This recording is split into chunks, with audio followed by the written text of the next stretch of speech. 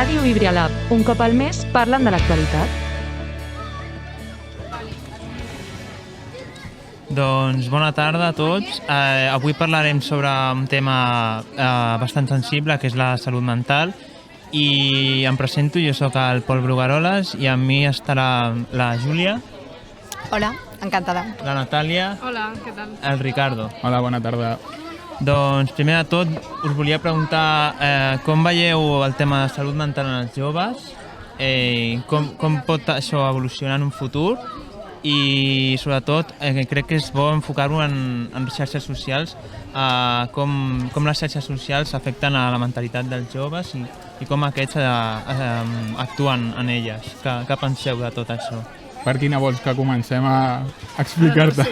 Doncs jo crec que la primera seria el TikTok, que és la més utilitzada actualment, Vale. i després, òbviament, Instagram.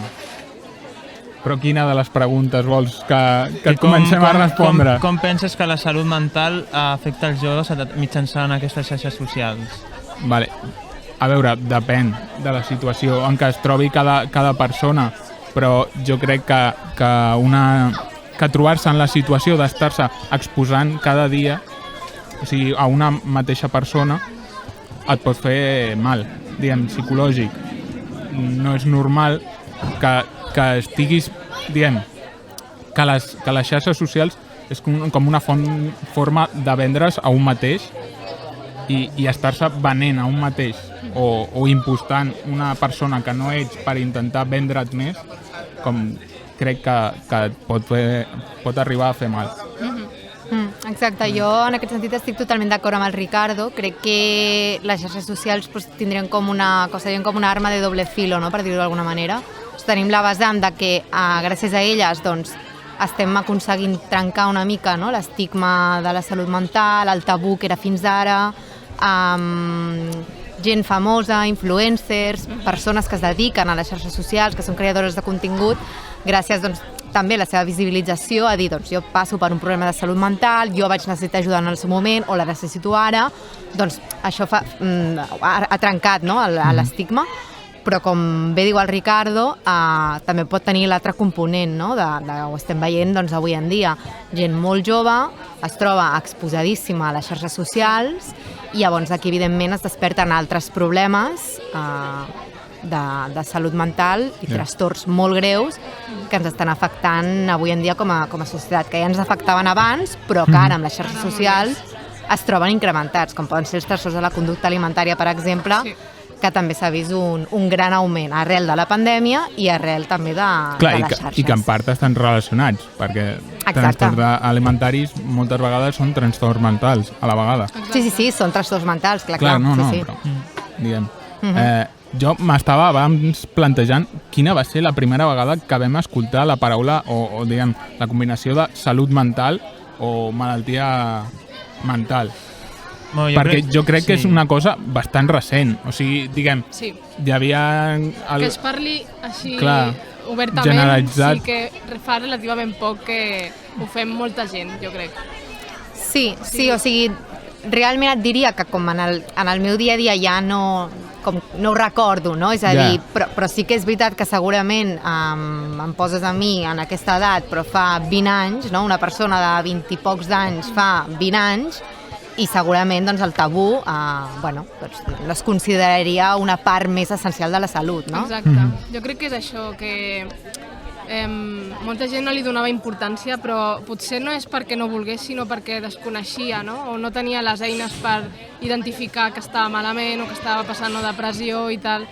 Llavors, tornant al tema de les xarxes, jo crec que en els últims anys crec que ha millorat el tema de no tenir tant tabú, no? De poder obrir-se o no tenir tanta por a dir la teva opinió i dir, hosti, aviam si em deixen de banda o em deixen de parlar. Llavors, penso que hem avançat molt en aquest tema, sobretot gràcies a les xarxes socials, però sí que és bastant negatiu en el tema de lo típic dels challenges, de les modes, de que si no arribes a X quilos doncs no ets tan guapa o maco com X persona, no sé. És bastant... O sigui, realment penso que és bastant 50-50 de coses bones, no? De deixar tabús i coses dolentes com això que et pot afectar tant. I, bueno, s'han vist casos de, sobretot jovent, que, bueno, ha acabat, pues, suïcidant-se, no?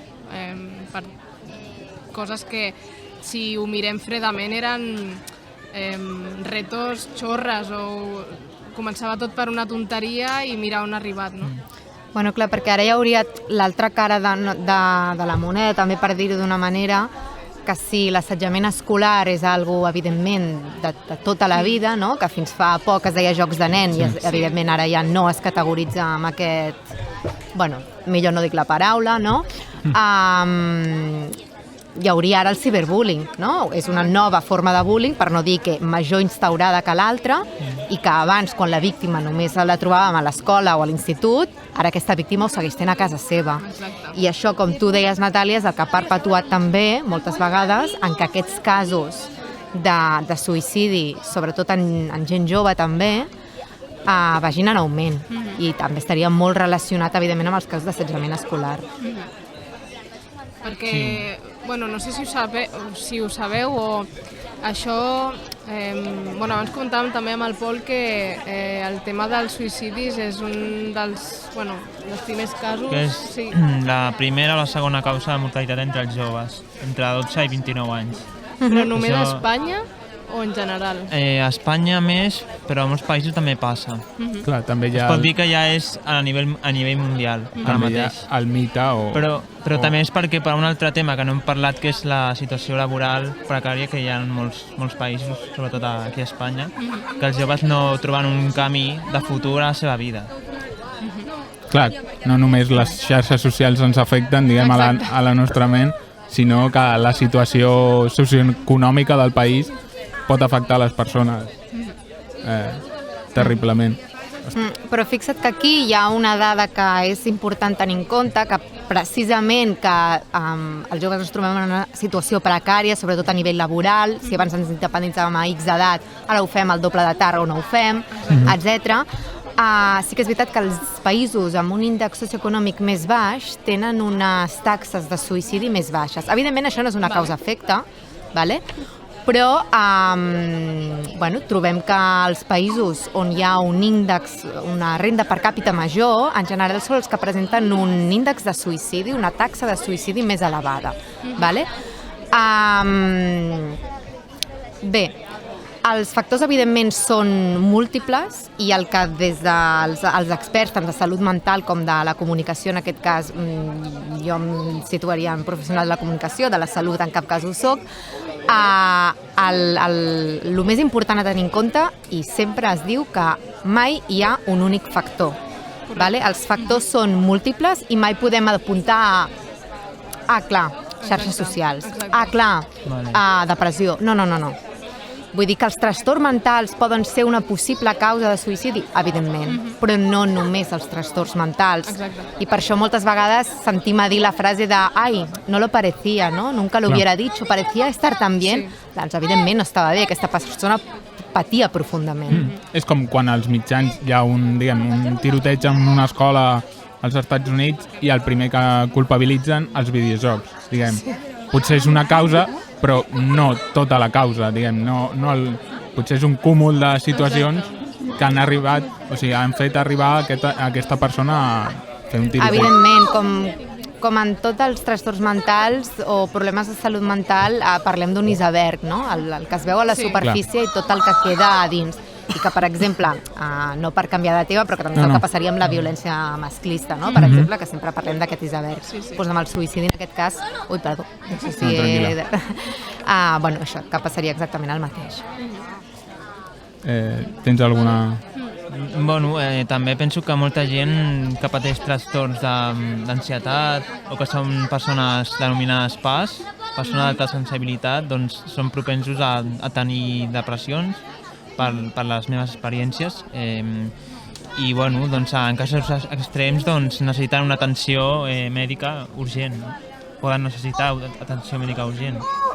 Però ho dius específicament de les persones PAS o sigui, no acabo d'entendre la Dic pregunta. que persones amb PAS doncs, que poden patir trastorns d'ansietat més grans que no potser una persona que no és PAS. També parlo des de la meva perspectiva, que no ha de ser vull dir, un dat objectiu, m'entens? Que és el que jo he vist. Però que tampoc sé Sí, no, 100%. vull dir, evidentment hi ha els factors predisposants, no?, que predisposen a una persona a... És com el que hem dit, no hi ha un únic factor, però evidentment si tu tens PAS, doncs evidentment tens més probabilitats de que tal. No vol dir que sí o sí, no?, però és com en tot, sí, en aquest sentit.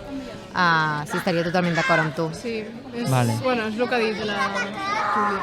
Vale, perdó.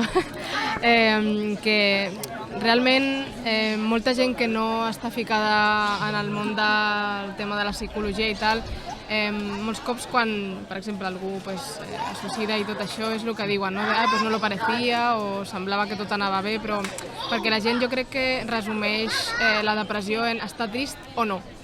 Si tu veus una persona que està bé, que segueix amb la seva vida normal i tal, no hi ha cap problema, si sempre fa acudit o sempre està de bon humor i tal, però moltes vegades també és un mecanisme que fa servir la gent com per no molestar o no ser el típic l'aguafiestes, no?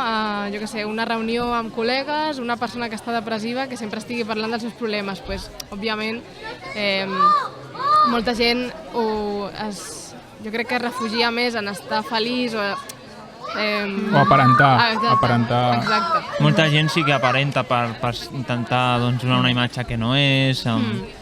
Bueno, aquí també xarxes aniríem... socials. Exacte, com diu la Amb Natàlia, un altre problemes cop tornaríem a lo que ha apuntat d'autoestima, també.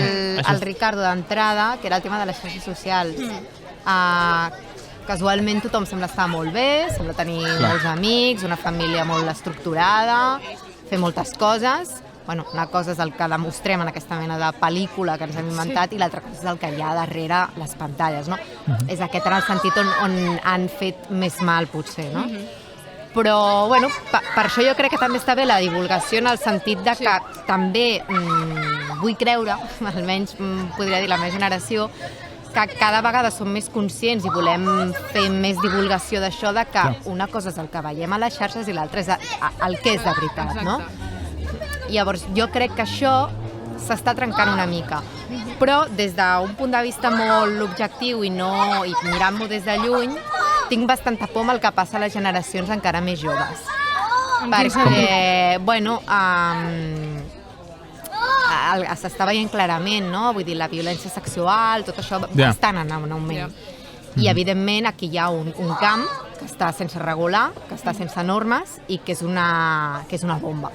I calen normes i cal una ètica al darrere perquè si no ens explotarà la cara. I jo això crec que ja està passant actualment en... Clar, vull dir, jo què sé, jo quan vaig entrar a primer d'ESO no tenia mòbil. Ara la gent entra a primer d'ESO i té Instagram, té TikTok, té WhatsApp i Facebook, no perquè ja no s'utilitza, però... Utilitza totes les xarxes socials actuals. Exacte. Sí. No sé, és com...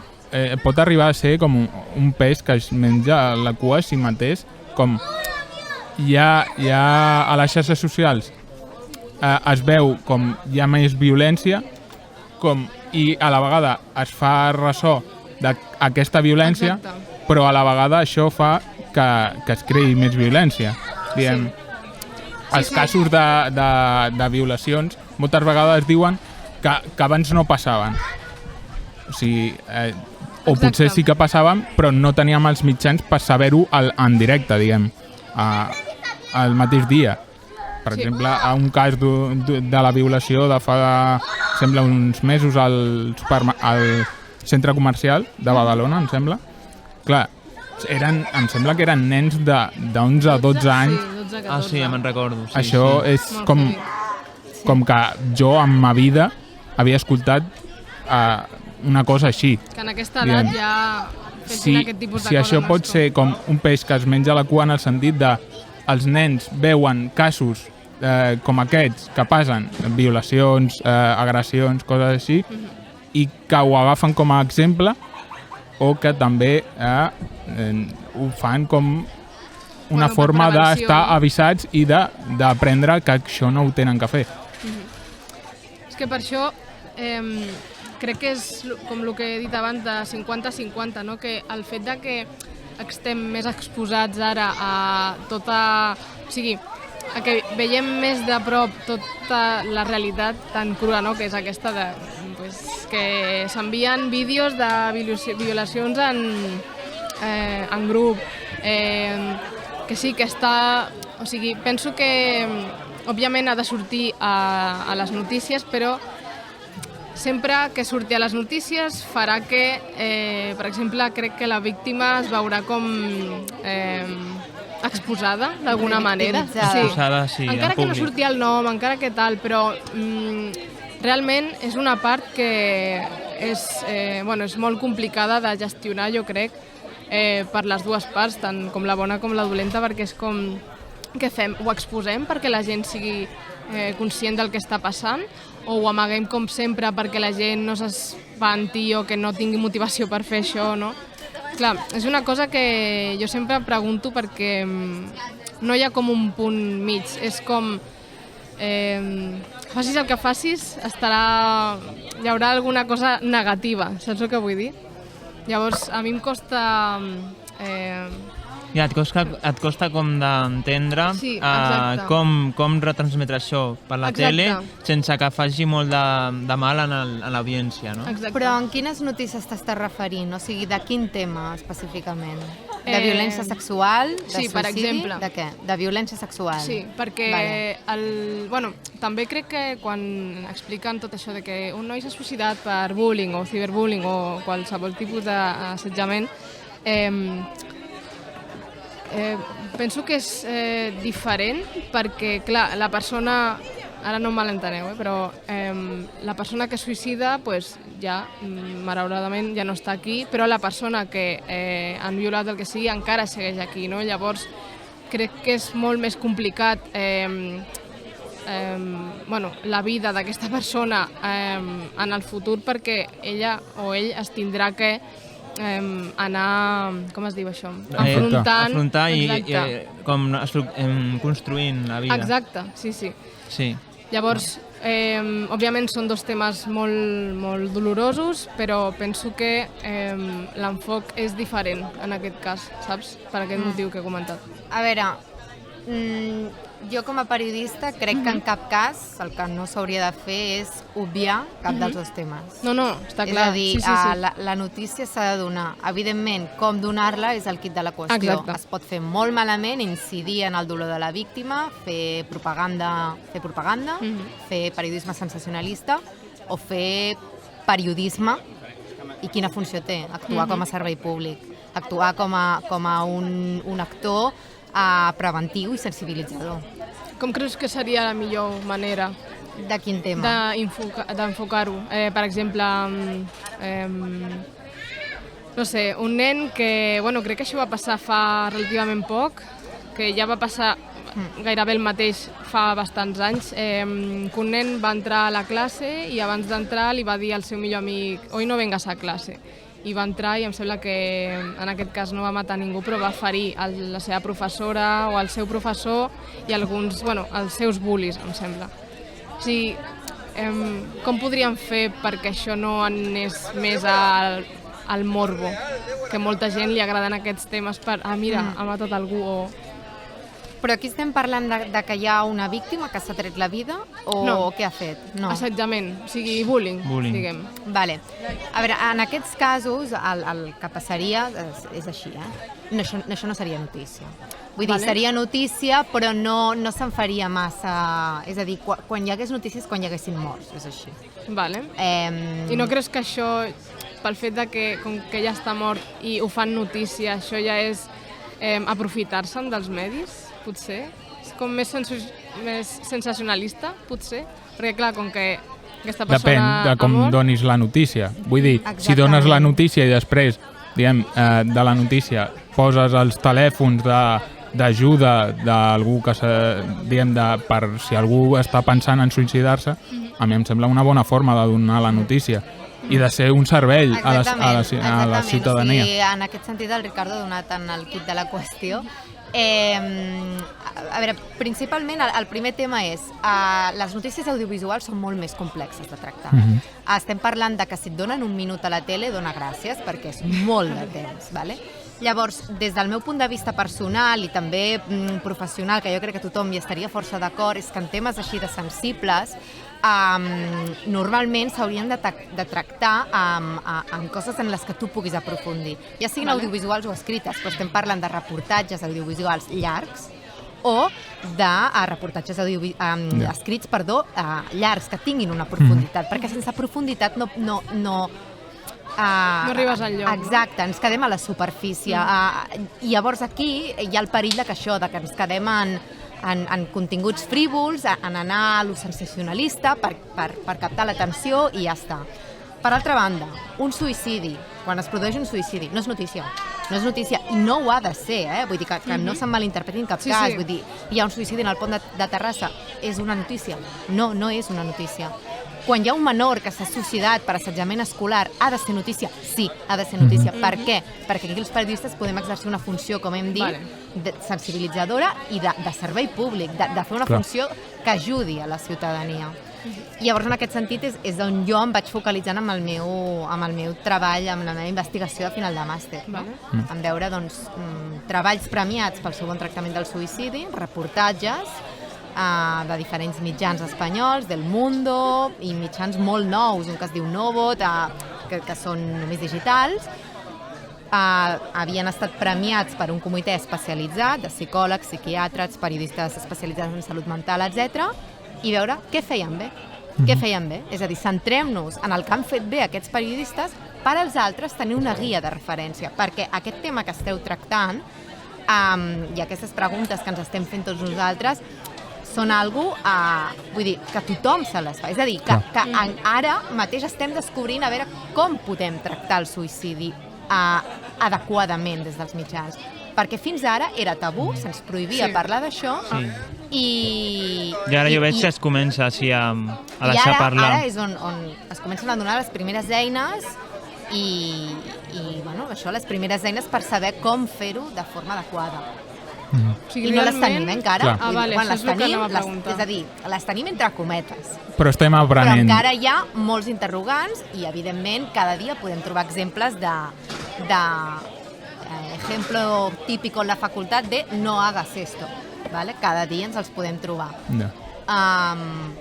Que hi ha manuals de directrius, sí, hi ha el del Ministeri, hi ha el de la OMS, n'hi ha diferents, n'hi ha altres d'associacions, com el de l'associació Papageno, que és una associació que a mi m'encanta i recomano moltíssim, i des d'aquí m'agraïm moltíssim al Guillermo, per exemple, que va col·laborar amb la meva investigació. Hi ha professionals i també víctimes que ara s'han convertit en activistes dins de la salut mental, però queda un llarg camí i el camí és més posar-ho en pràctica, no? Perquè una cosa és la teoria i l'altra la pràctica. Sí. I ara volia tornar a una cosa que hem parlat abans, que deies tu de nosaltres, per exemple, estàvem a primer d'ESO i no teníem mòbil, per exemple. Ara va sortir la notícia fa un mes que els col·legis estan començant com a prohibir l'utilització del mòbil dins de l'escola. Em sembla fantàstic. Us sembla fantàstic? Sí, a mi també em sembla bé, sí, perquè clar, al final els menors estan exposats a les xarxes socials i sempre estan mirant les xarxes, les aplicacions, el que la gent posa i es comparen uns amb els altres, i amb aquestes edats comparar-se és on comencen els trastorns, crec, i i que les persones no estiguin bé i des de joves ja és un problema. I a més que encara que tu eduquis el teu fill sense tecnologies, el fet de que vagi a l'escola ja és igual, perquè jo pensava que havia canviat amb els anys, però crec que segueix estant la llei del sobreviviente, no? A l'escola, en plan, t'has d'adaptar al teu ambient perquè no et treguin d'un grup, no? I jo crec que en unes edats tan joves lo primordial és sentir-se d'un grup. Si no eres el apartado, eres el raro, eres el que nadie quiere i tal. Llavors, perquè això a vegades bueno, jo vaig fer de cangur, de diverses famílies i tal, i alguna vegada havíem comentat el tema de telèfon sí, telèfon no, i clar, també te n'adones que per molt que tu eduquis el teu fill sense tecnologies, o no tantes com moltes famílies que et deixen el nen tota l'estona amb la tableta, realment tampoc ajudarà el nen a l'escola, perquè molts pares sí que educaran els seus fills des de ben petits amb tecnologies, saps?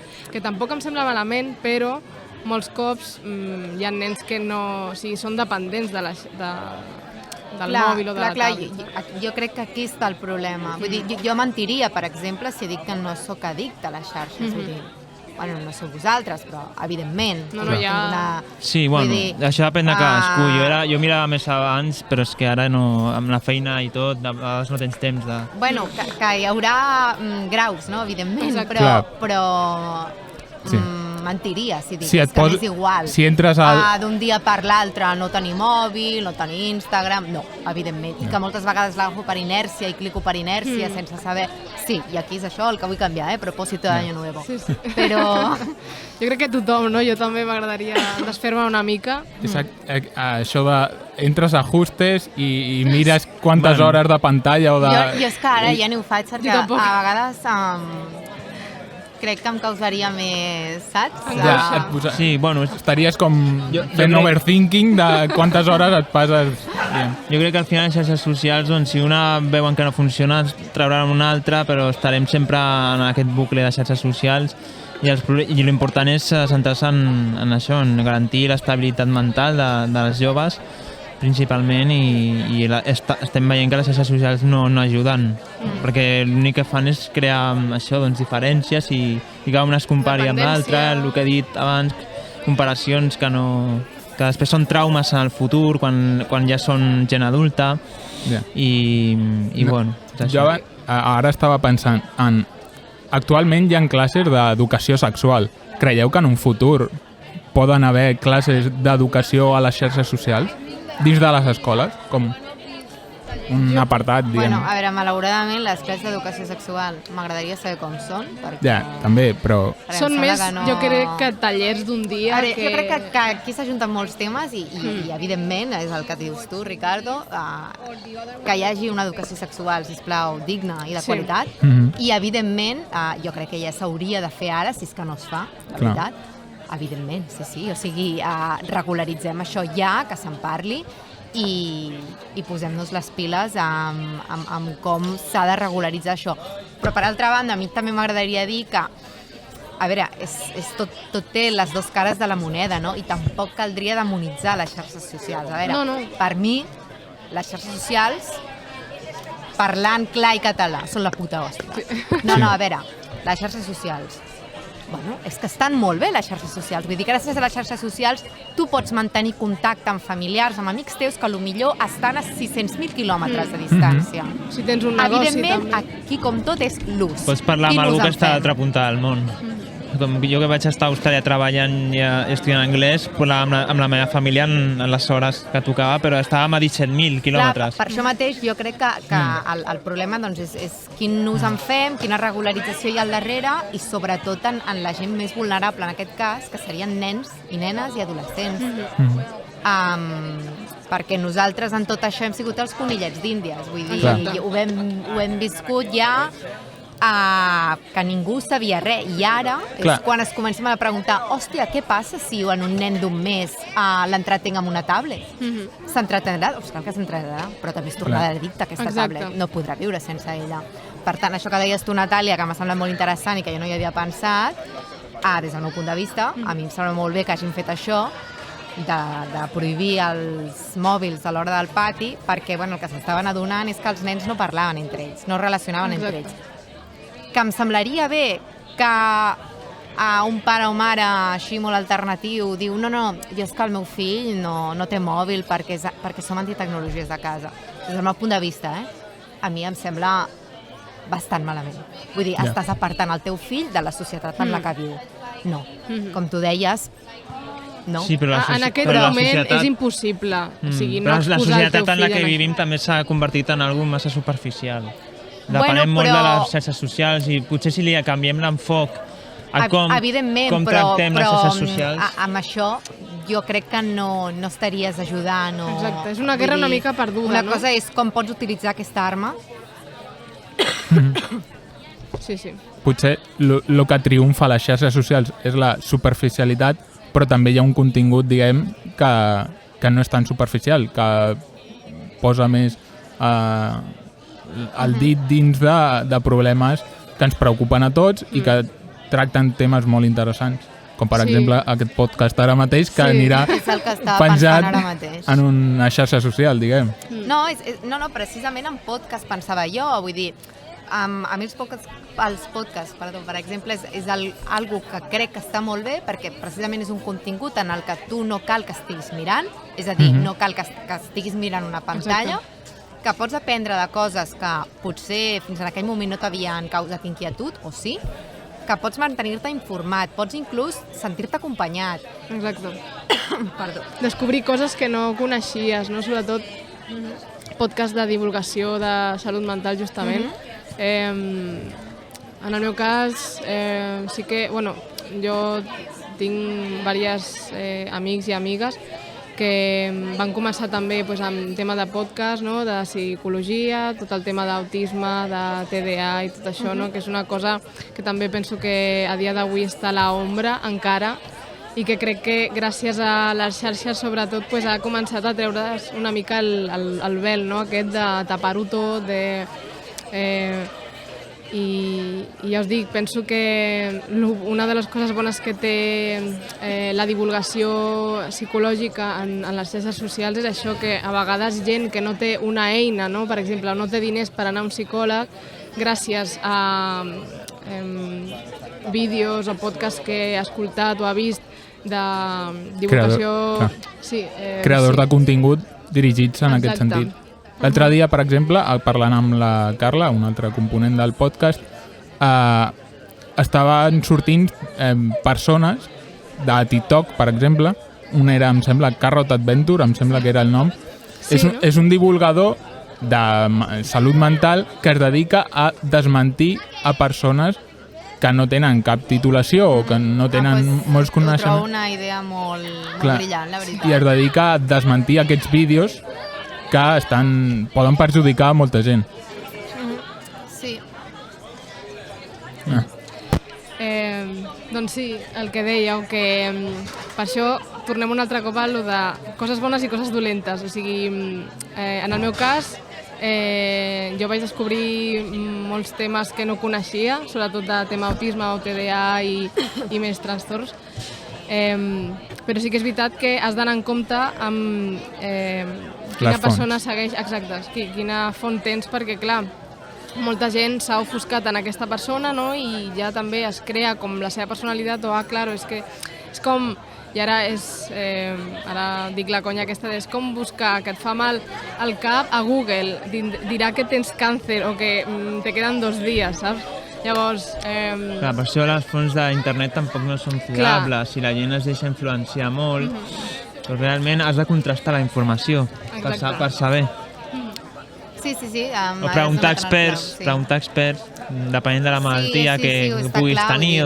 Les fonts són claus i per això jo us recomano que incloïu una secció de recomanacions, no? Recomanacions pels vostres oients, de quins podcasts o tal, us semblaria bé?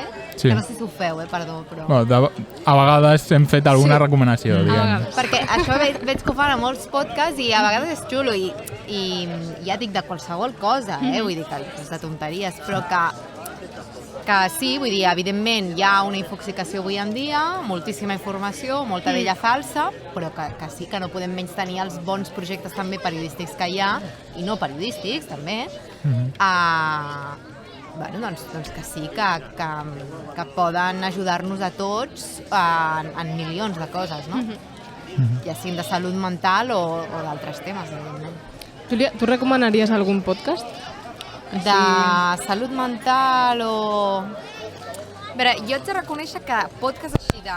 Perdó, no paro de liar-la amb el... No passa res, Passen tots. Podcast o algun canal de YouTube o... De salut mental, alguna font que sàpigui. A veure, A mi personalment, així de salut mental com a tal, no en solc escoltar masses de podcast, perquè m'agraden més els que són, diguem, més de periodístics, per així dir-ho, i llavors els que són, diguem, més entreteniment, però que realment tracten temes de la nostra vida quotidiana. Vale? Llavors, d'aquests, per exemple, últims, jo recomanaria Recién Cansados. Recién Cansados és una parella, un matrimoni de mitjana edat, vale?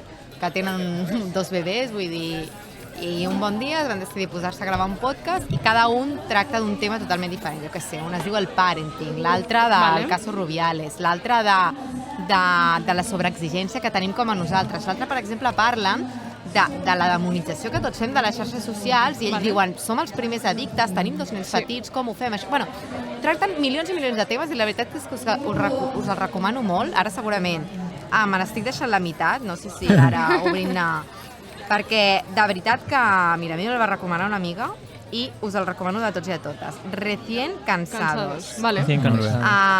Ens ho apuntem. Jo què sé, vull dir, un inclús que tracta de movides con los vecinos, los límites del humor, que aquest és molt interessant. Otro tema estrella, el porno. Vale, perquè aquí tornaríem al tema de... Ui, augment de les violacions. No sé, quina educació sexual tenim? No pot ser que la base de la nostra educació sexual sigui el porno? No sé, potser tenim un problema. La notícia l'altre dia era de que la mitjana de nens que comencen a veure porno és de 10 anys. Jo em plantejo, jo als 10 anys no veia porno. O sigui, a part de que no tenia els mitjans, però no tenia interès en veure porno. Exacte, és això. Que no tens com aquest al·licient o de... Aviam. Bueno, des d'aquí una altra cosa que recomanaria, ara que Ricardo has mencionat això, el programa de Generació Porno de TV3, no sé si l'heu vist. Faran el 3è episodi ara el dimarts, que precisament explica tot això, indaguen tot això, l'increment de la violència sexual en els joves, en què està passant amb les xarxes socials, en l'accés a la pornografia de nens i nenes, perquè són nens i nenes al cap i a la fi. Jo la veritat és que recomano molt, a mi m'ha agradat molt a nivell tot. I, el del dimarts no l'he vist, però ja veurem què tal, també el recomano. I llavors podcasts així generals per mantenir-se informat però sense que et donin la xapa, allò de 10 minutets ràpid, un tema al dia, fantàstic, i llavors el podcast del País també, molt bé. Podcast del País. I no sé si vosaltres també teniu alguna altra recomanació. Nosaltres alguna vegada, ja me'n recordo d'un programa que vam fer, que vam parlar de comfort places a internet, diguem. Va ser l'època aquella del suïcidi dels 2 bessons o bessones, no me'n recordo què eren. A Sallent? Em sembla que sí. I que vam parlar com d'una forma que trobar comfort places a internet o vídeos o canals o jo què sé, el que sigui, a internet que tu et tranquil·litzen o et fan sentir bé durant el dia. Per exemple, tens un mal dia i et poses un vídeo de no sé què per evadir-te de tot el que t'ha passat. I vam parlar d'això. Un vídeo de reparar objectes antics a YouTube, no sé si heu vist, es van fer... sempre surten recomanacions. Sí, va sortir com un canal i a partir d'aquí van començar a sortir un fotimer de canals de gent que comprava o que tenia antiguitats i que eren restauradors i estaven allà, feien un vídeo de 20 minuts perquè no fos massa llarg. I realment, en general vam xerrar una mica d'aquest tipus de canals o programes. Ja me l'escoltaré. I sí, no sé, està bastant bé. Sí, no sé. Voleu dir algun comfort places que tingueu ara mateix, diguem, teniu un mal dia, què és el que feu? Arribeu a casa i us poseu alguna cosa, us poseu música, què és el que... Jo penso que quan tens un mal dia has de fer alguna que t'agrada. Encara que no tinguis temps, intentar trobar aquell temps per estar millor amb tu. És l'important. Fins i tot pot ser, jo què sé, quedar amb un amic. Fins i tot. O les xarxes. Esperem que no, clar, no? Perquè jo crec que és això, no? Per inèrcia no tinc res a fer. Exacte. Clico l'Instagram. Sí. Mira, jo diria que jo llegir, sí. Que també és molt complicat trobar una lectura que almenys per mi, vull dir. I el temps. A mi sí m'agrada una lectura, m'encanta, però fins ara no havia trobat És a dir, jo pensava que no, que havien de ser cròniques de periodistes, llibres reals, que si no... Bueno, doncs, des d'aquí m'estic llegint Calces al sol, no sé si us l'heu llegit. Bueno, m'està fent riure moltíssim. Yeah. Així que el recomano molt. Jo, de veritat, és de les primeres vegades que recordo haver rigut, literalment, O sigui, Vale. com si estés mirant, no sé, Jet Lag, no? O qualsevol sèrie de riure. M'ha fet riure, no? I m'ha quedat sorpresa i tot, Llavors, no sé. I, no sé, una altra cosa que em relaxi... Jo, per exemple, no sé si és el que vaig dir, però a mi m'encanta un canal de YouTube que es dedica a restaurar quadres. Tio, no pareu amb la restauració, Sí. no? És que- És increïble. Jo t'ho recomano perquè et dius, si no he estudiat això o si no, és que realment... clar, no jo el que però- estava pensant, dic, potser em sentiré frustrada de no saber-ho fer o no tenir tampoc aquí, saps? Que va, Perquè que va. No has de ser una mica manetes el que et per saber fer això? No, però és un vídeo en el que ell explica com ho fa, per què tria aquella eina, coses així. Vale. I és una cosa que ell fa, diguem, mecànica, però que a mi em sembla com molt tranquil·litzant. Restaura quadres, has dit? Sí, es diu Van Garner Gallery, em sembla. O sigui, al canal de realment YouTube. no és perquè tu ho facis. Ell es grava fent la seva feina, saps què vull dir? Clar, és com Jo quan la veig els ASMR. vídeos- Sí, una Més o miqueta... menys. Sí, Yeah. sí, sí. Però Però bueno. Tu Bueno, tens... al final és com Sí. trobar l'equilibri amb tu mateix i depèn fer el que t'agrada, el que he dit. A mi m'agrada molt, per exemple, fer esport. Practico esport des que era petit, llavors doncs sempre trobaré la meva estabilitat en aquest sentit. Sí, a mi també va molt bé, és veritat que ajuda molt. Molt bé, doncs ens quedem amb el llibre, el podcast... Podcast de Recién Cansados. Sí, sí, amb moltes coses. A veure, podcast, Recién Cansados, un tema al dia, el del país. Segur que me'n deixo molts de... Gent de merda, m'agrada Vale, molt. sí. Des d'aquí un Sí, saludo aquest- a la Rita, que és d'aquí a Terrassa. Sí, és de Terrassa. Sí, molt bé. Bueno, també la convidem a venir un dia aquí, no? Si Vale. vols. Sí, home, Sí. Perfecte. estaríem guai. encantats. Sí, sí. Després, fer esport Exacte. i els vídeos de De restauracions. restauració de quadres, de mobles... I els vídeos de cuina. També vull Clar. afegir que m'agraden molt. Sí, molt bé. Doncs, si voleu, ho deixem per aquí avui. Sí, jo ho deixaria aquí. Doncs moltes gràcies pel testimoni, per venir, Júlia, moltes gràcies. A vosaltres. Ens veiem la setmana que ve ens o veiem la setmana quan que ve. sigui. Sí, exacte. Molt bé. Sí, adeu. Adéu. Adeu.